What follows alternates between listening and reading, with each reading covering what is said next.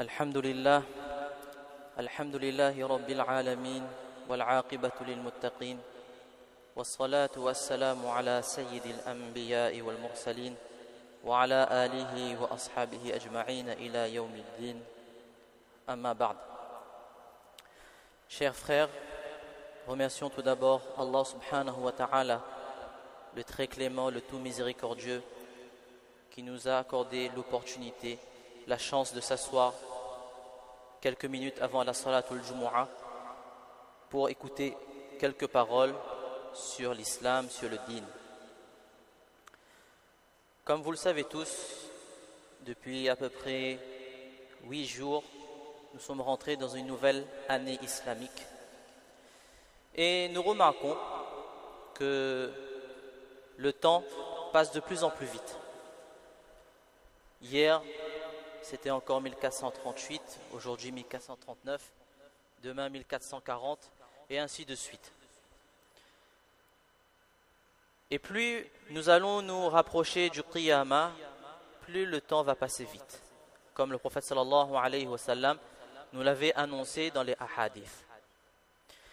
Et plus nous nous rapprochons du Qiyamah, force est de constater que dans les foyers, il y a une recrudescence de la désobéissance des enfants envers les parents. Il y a un désintéressement des enfants vis-à-vis de l'islam. Il y a une objection sur les différentes tâches à accomplir, les différentes tâches que Allah subhanahu wa ta'ala et son prophète nous ont ordonné de faire. Rien d'étonnant à cela, parce que le prophète sallallahu alayhi wa sallam, il y a de cela plus de 14 siècles, nous avait mis en garde contre cette situation. En effet, une fois alors que le prophète sallallahu alayhi wa sallam était assis avec ses compagnons, que tout d'un coup, un homme inconnu arrive. Et cet homme inconnu vient s'asseoir au prophète du prophète sallallahu alayhi wa sallam et commence à lui poser des questions. Mal islam, mal iman, mal ihsan. Ô prophète d'Allah, qu'est-ce que l'islam, qu'est-ce que l'iman, qu'est-ce que le ihsan? Le prophète sallallahu alayhi wa sallam va répondre à ces questions, bien entendu. Et puis, l'inconnu demande au prophète d'Allah, quand est-ce que surviendra le jour du Qiyamah? Ce à quoi le prophète sallallahu alayhi wa sallam répond que le questionné n'en sait pas plus que le questionneur. Le jour du Qiyamah, seul Allah subhanahu wa ta'ala connaît la date exacte, l'heure exacte, le moment exact. C'est alors que cet inconnu demande, mais quels en sont les prémices, quels en sont les signes, quels en sont les signes avant-coureurs? Et là le prophète sallallahu alayhi wa sallam dit, parmi tant d'autres, c'est lorsque la servante ou l'esclave enfantera son maître ou sa maîtresse. Lorsque l'esclave ou la servante enfantera son maître ou sa maîtresse. Les ulama écrivent que le prophète sallallahu alayhi wa sallam a donné cette image de mère servante et enfant maître pour montrer que la désobéissance aux parents sera monnaie courante avant le jour du Qiyamah. Pourquoi? Eh bien, si le maître c'est l'enfant, c'est lui qui va donner l'ordre à la maîtresse ou bien à l'esclave ou à la servante qui est la maman. Désobéissance des parents, des enfants envers les parents. Et nous sommes chacun, on a des pères de foyer, des pères de famille ici. Chacun connaît le halat, la situation de sa famille. Mais on entend souvent, mon enfant n'écoute pas, mon enfant ceci, mon enfant cela. La question qu'on va se poser, c'est que si inéluctablement il y aura une recrudescence de désobéissance des enfants envers les parents, est-ce que les dés sont jetés? Est-ce qu'il ne faut plus faire d'enfants? Est-ce qu'on reste les bras croisés et on attend? Et bien entendu, la réponse est non.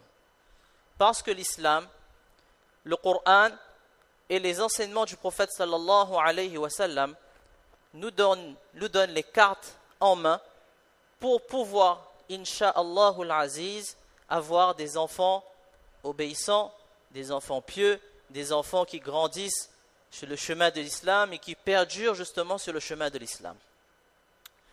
Et quelles sont ces cartes? Quelles sont ces clés que Allah subhanahu wa ta'ala nous donne? C'est ce que l'on va voir dans ces quelques minutes, insha'Allah ta'ala. Mais la première chose à respecter, à essayer de faire, c'est de bien choisir son épouse, c'est-à-dire bien choisir la future mère. Pourquoi cela?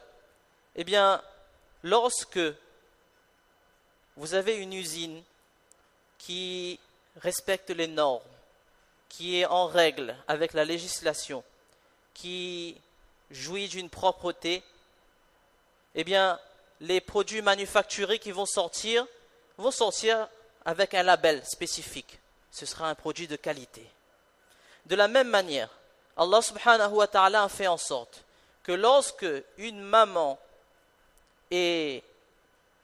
a un iman ancré dans son cœur, a une certaine piété, une certaine envie de plaire à Allah subhanahu wa ta'ala, cette piété se retransmet directement avec son enfant. C'est pour cela que le prophète sallallahu alayhi wa sallam nous a invités, lorsqu'il s'agit de mariage, de regarder la taqwa. Tunkahul mar'atu li arba'in limaliha wa li jamaliha wa li hasabiha wa li diniha fadhfar bidhati ad-din. On se marie en général pour la beauté d'une femme, ou bien pour son ascendance, pour sa famille, la prestance de sa famille, ou bien pour son argent, ou bien pour son din, sa religiosité. Le prophète sallallahu alayhi wa sallam nous invite à choisir en premier le din, la religion, parce que c'est cela le motif de la réussite, incha'Allah subhanahu wa ta'ala. Cela ne veut pas dire qu'il ne faut plus regarder la beauté. Non, le prophète sallallahu alayhi wa sallam lui-même, il a dit à un sahaba, lorsque tu vas te marier, va voir la femme d'abord, regarde si elle te plaît. Si c'est ok, après tu fais ton nikah, parce que c'est une femme qui va rester avec toi toute la vie. Mais là où la beauté prime, la religion aussi prime. Il faut que, impérativement, les conjoints aient le même projet de vie, qu'on va se marier pour Allah, on va vivre notre vie pour Allah, on va enfanter pour Allah, on va affronter les difficultés de la vie pour Allah et on rentrera dans le Jannat pour Allah. Et dès qu'il n'y a plus cette entente, le même projet, que un a décidé de mener sa vie pour Allah et le deuxième a décidé sa vie pour soi ou pour son plaisir, forcément il y aura une différence. C'est pour ça que le prophète sallallahu alayhi wa sallam nous enjoint à choisir la religiosité. De la même manière que cette femme pieuse va allaiter son enfant avec son lait, elle va allaiter aussi cet enfant de la taqwa qui se trouve dans sa poitrine. Et nous avons devant nous deux exemples. Nous avons l'exemple de Imam Sufyan Thawri rahimahullah, un grand imam, un grand savant, un grand pieux. Sa maman donc était veuve. Elle a envoyé donc Imam Sufyan Thawri rahimahullah pour apprendre la connaissance religieuse. Et elle, de son côté, elle faisait du tricot, de la couture qu'elle vendait pour avoir les fonds nécessaires pour pouvoir justement permettre à Sufyan Thawri rahimahullah de poursuivre ses études. Et elle avait l'habitude de dire à Sufyan Thawri rahimahullah, ô Sufyan, lorsque tu as écrit 10 lettres de la connaissance religieuse, regarde, est-ce que ces 10 lettres ont augmenté ta taqwa, ont augmenté ton iman, ont augmenté ton amour pour l'islam? Si oui, continue, sinon arrête, cela ne sert à rien. Deuxième exemple, c'était le professeur de Imam Malik rahimahullah. J'ai oublié le prénom. Le professeur de Imam Malik rahimahullah, donc avec ses parents, son père était parti dans un très long voyage. Il a laissé avec sa mère 40 000 dirhams. Lorsque le père est parti, la mère a utilisé ces 40 000 dirhams pour permettre au professeur de Imam Malik, rahimahullah, d'apprendre la science religieuse. Quelques années plus tard, lorsque le père revient, il va voir, il arrive à la maison, il demande à la mère où sont mes 40 000 dirhams. Elle dit, il n'y a plus, j'ai tout dépensé. Et là, le père, il est très en colère. La maman dit, attends. Il emmène le père à la masjid. Et là, il voit l'enfant, la personne qui est devenue adulte, en train de faire des cours de hadith à plus de 40 000 personnes. Ça, c'est l'effet d'une mère pieuse sur l'enfant. Donc la première chose, c'est le choix de la mère. Deuxième point donc, c'est lorsque on va décider de concevoir un enfant par une relation sexuelle, relation intime, c'est de lire le dua que le prophète sallallahu alayhi wa sallam nous a enseigné. Et ça, c'est une fierté pour nous. Comme une fois, il y a des juifs de Madina qui s'étaient moqués d'un sahabi qui a dit, ils ont dit donc, j'ai entendu que ton prophète, il vous apprend à aller aux toilettes, d'un ton sarcastique. Et ce sahabi, avec fierté, il a dit, oui, nous sommes fiers que notre prophète nous a appris aussi à aller aux toilettes. Et notre prophète, nous sommes fiers qu'il nous a appris comment avoir des relations intimes avec nos épouses. Donc le prophète sallallahu alayhi wa sallam, il enseigne que lorsque nous avons l'intention, l'homme ou bien la femme, l'intention d'avoir une relation intime, de dire Allahumma jannibna ash-shaytan wa jannibi ash-shaytana ma razaqtana. Oh Allah, éloigne-nous du shaytan et éloigne le shaytan de ce que tu nous as octroyé. Le prophète sallallahu alayhi wa sallam ajoute que si de cette relation, Allah subhanahu wa ta'ala a décidé de créer un enfant, eh bien cet enfant-là ne subira pas l'influence de shaytan, qui, nous savons, shaytan, qui est notre ennemi juré. Il ne va pas attendre que cet enfant soit adulte pour venir l'insuffler des waswasa, mais dès la naissance de cet enfant, shaytan peut directement venir, et par ce dua, inshallah, Allah subhanahu wa ta'ala, il protège l'enfant de shaytan. Ça, c'est le deuxième point. Le dua avant de lire les relations, d'avoir des relations. Troisième point, ce sont les duas en général. Chers frères, nous sommes dans un monde de asbab, un monde de causes. Allah subhanahu wa ta'ala, il a régi ce monde avec une façon spéciale. On appelle le sunnatullah, la façon de faire d'Allah. Ce sont des causes et des effets. C'est Allah qui gère tout, mais on passe par des causes et des effets, bien entendu. Et lorsqu'on a un problème, lorsqu'on a une difficulté, lorsque tout ne tourne pas rond, on va chercher les causes. Je vais faire ça, donc j'aurai ça. J'ai besoin d'argent, je vais trouver un travail. J'ai besoin d'un travail, je vais aller au pôle emploi ou je ne sais quoi, etc. etc. Maulana Thanwi, rahimahullah, écrit que nous cherchons les causes pour avoir les effets, mais nous avons oublié la première cause et la cause qui est la plus efficace auprès d'Allah subhanahu wa ta'ala, qui sont les du'as. C'est de lever ses mains devant Allah et de demander ce qu'on a besoin. Si quelqu'un veut que ses enfants soient pieux, que ses enfants soient obéissants, que ses enfants soient sur le chemin de l'islam, avant de chercher les causes secondaires, la première chose à chercher, c'est de faire dua avec Allah subhanahu wa ta'ala. Et nous avons dans le Coran 4 duas que les Anbiya alayhi salatu wassalam ont formulés, qui sont des duas exceptionnels pour justement nos enfants. Le premier dua, c'est le dua de Zakaria alayhi salatu wassalam, lorsqu'il avait demandé à Allah subhanahu wa ta'ala Rabbi habli min ladunka dhurriyatan tayyibah. Ô mon Seigneur, accorde-moi un enfant qui soit pur. Et dans pur, vous avez la piété, vous avez la santé, vous avez le bon caractère, vous avez l'intelligence. Tout se trouve dans ce dua. Rabbi habli min ladunka dhurriyatan tayyibah. Et Allah subhanahu wa ta'ala lui a donné Yahya alayhi salatu wassalam. Le deuxième dua, c'est le dua de Ibrahim alayhi salatu wassalam, lorsqu'il a demandé à Allah Rabbi habli min as-salihin. Oh Allah, accorde-moi un enfant parmi les pieux. Allah subhanahu wa ta'ala lui a accordé Ismaïl alayhi salatu wassalam. Troisième dua, c'est le dua toujours de Ibrahim alayhi salatu wassalam. Rabbi ja'alni muqima as-salati wa min dhurriyyati. Ô Seigneur, fais-moi un parfait accomplisseur de la salat, que je sois très entrain à la salat et fais que mes enfants aussi soient des gens qui soient ponctuels, qui aiment faire la salat. Pourquoi? Eh bien parce que la salat, inna salata tanha anil fahsha'i wal munkar, que la salat empêche le turpitude et le blâmable.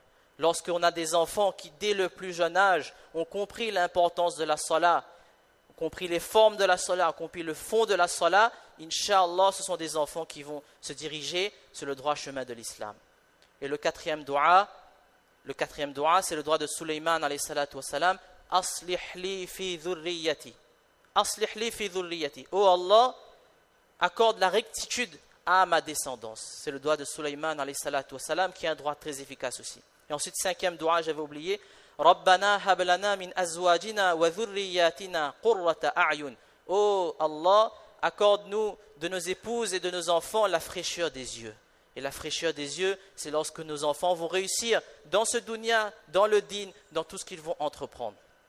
À propos de ce dua, Hazrat Maulana Munir, rahimahullah, il dit qu'il y a une personne à Bombay qui a 7 ou 8 enfants, et tous ces enfants sont hafidhul Qur'an, ils sont alim, ils sont des grands commerçants, ils ont réussi dans la vie. Donc on lui demande, mais c'est quoi ta recette? Il dit, je ne fais pas grand chose.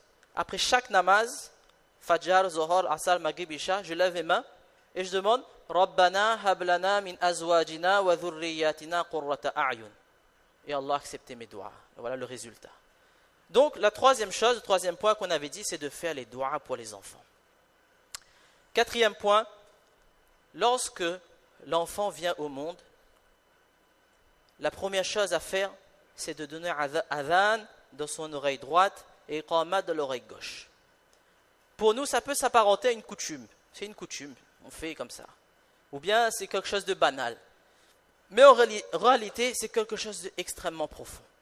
Parce que lorsque tu vas donner adhan et iqamat dans les oreilles de ton enfant à sa naissance, les premiers mots que tu lui inculques, c'est le tawhid. Allahu Akbar, Allah est le plus grand, Allah est le plus grand. La ilaha illallah, il n'y a pas d'autre Dieu à part Allah. La première chose que tu lui dis, c'est que Muhammad sallallahu alayhi wa sallam est ton prophète. La première chose que tu lui dis, c'est l'importance de la salah. Hayya ala salah, hayya ala al-falah. Et la première chose que tu lui dis, tu lui montres que l'adhan, c'est l'appel, l'importance de la da'wa, l'importance d'appeler, l'importance de vouloir le bien pour les gens. Ce sont les premiers mots que tu inculques à ton enfant.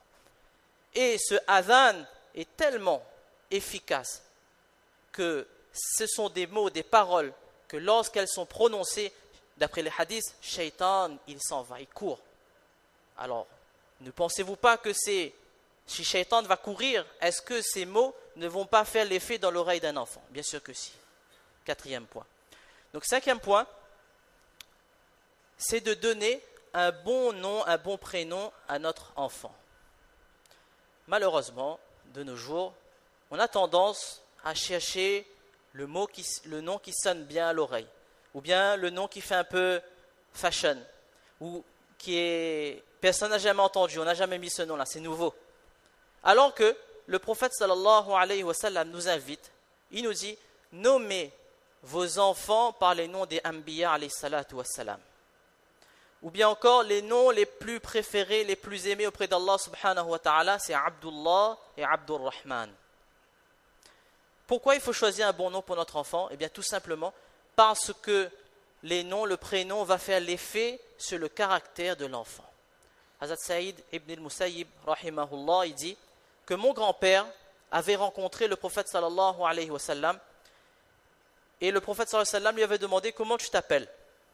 Ce à quoi donc le grand-père de Saïd ibn al-Musayyib répond que je m'appelle Huzn, qui veut dire la tristesse. Le prophète sallallahu alayhi wa sallam lui a dit change ton nom. Il n'a pas voulu, il a refusé.